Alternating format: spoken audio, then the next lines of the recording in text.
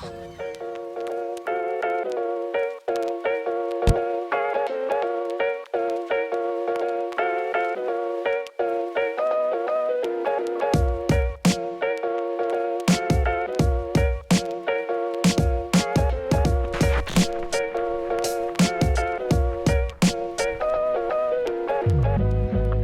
this the toughest trail shoe I've ever tested and brought into the studio?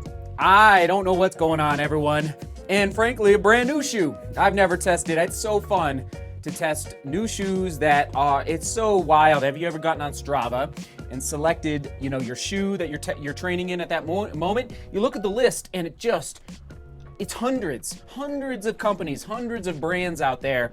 So it's always exciting when we bring a brand new shoe into the studio, the Ice Bug Jarve RB9X, okay? I'm not exactly sure the naming process they have, but because this is my first shoe, I'm just gonna do the words right now. Stout, tough, tank, burly, adventuresome, resilient, long-term. I guess that's it. This shoe has my attention, and frankly the company has my attention. Thank you, Icebug from Sweden, if I'm not mistaken.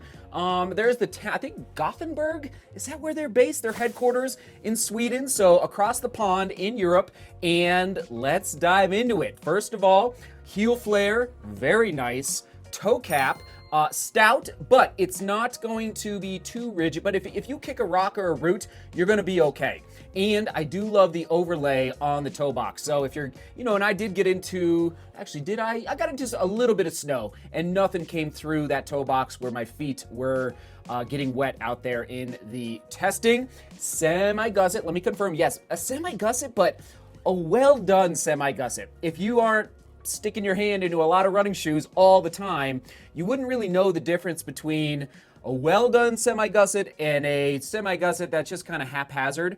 This one, you can just feel they were not messing around in the quality of the construction, the width, and frankly, I'm just looking, it just is awesome. And it's attached to the tongue so nicely. Okay, so really good work there.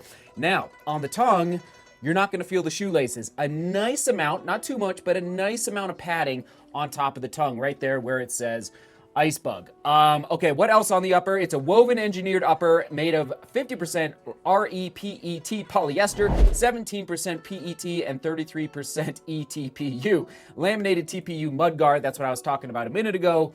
Overall, just impressed. I mean, maybe the only weakness could potentially, be the shoelaces, but they look fine as well as far as but if you wanted to swap those out for something even burlier, you could. Midsole. Let's do that thumb test. And actually, let me get the durometer. Yeah. See, okay. How would I use this shoe? What is it for?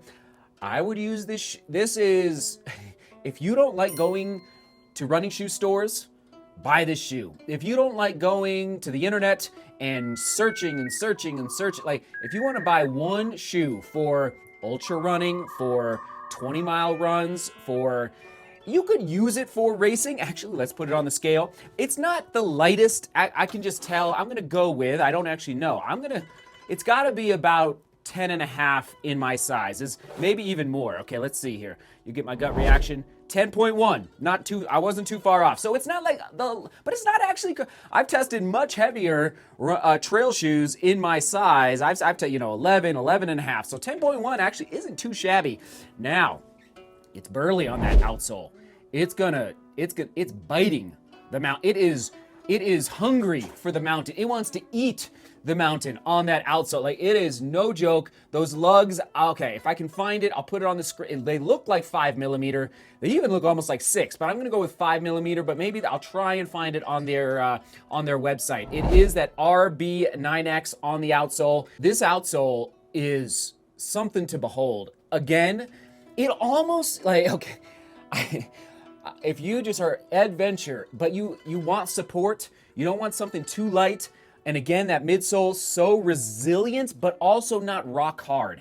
All right, I'm putting it in the same category for toughness as Salomon and La Sportiva, and especially La Sportiva, but you don't have, it didn't feel like to me, bricks under your feet. Sometimes these shoes, especially I'll say some Salomon Speed Crosses, which I love, don't get me wrong, but they feel very firm and almost rigid under step. Not the case in this Ice Bug. Like that flex right there is exciting. I'm gonna link to it down below just so you know. I don't know if it's available from Running Warehouse. Thanks for picking up your gear down below from Running Warehouse. I don't know if I don't think it's on Running Warehouse's website, but I will link directly to their website. So overall, very pleased. Again, I took it on some pretty gnarly terrain today, and there is no sign. Now, you know, but oh yeah, there's so many thoughts hitting me. It's gonna take 75 to 100 miles just to break it in. And then you're gonna go 300, 400, 500 miles at its peak. And then you're gonna get another 200, 300, 400 miles as it begins. I think this is a 1,000-mile shoe based on that outsole and even the upper.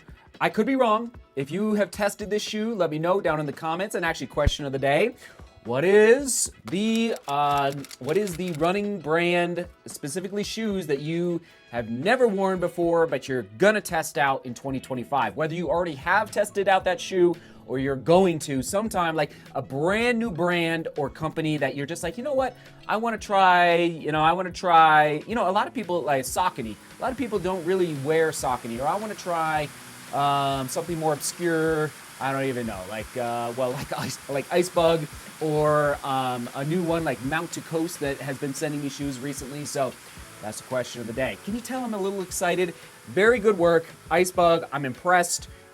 Keep sending me shoes if you're watching, Ice Bug, because I will keep testing, and it's gonna go the distance. So you're not gonna have to buy a shoe every 2-3 months. You could go 6, 7, 8 months, I think, in this shoe. All right, comment of the day goes out to, and hopefully, oh, there is the price. That's not bad. That's not bad.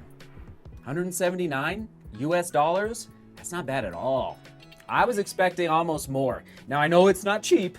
I know it's, but that is decent. That is a decent price point for what I am looking at as a very, very high quality shoe. And hopefully you saw the titles throughout the video, just kind of giving more information, because again, I'm not as familiar with this brand. All right, on to that comment of the day. Here we go. I find value in shoes by buying last year's model. This is being pulled from the last trail shoe we reviewed.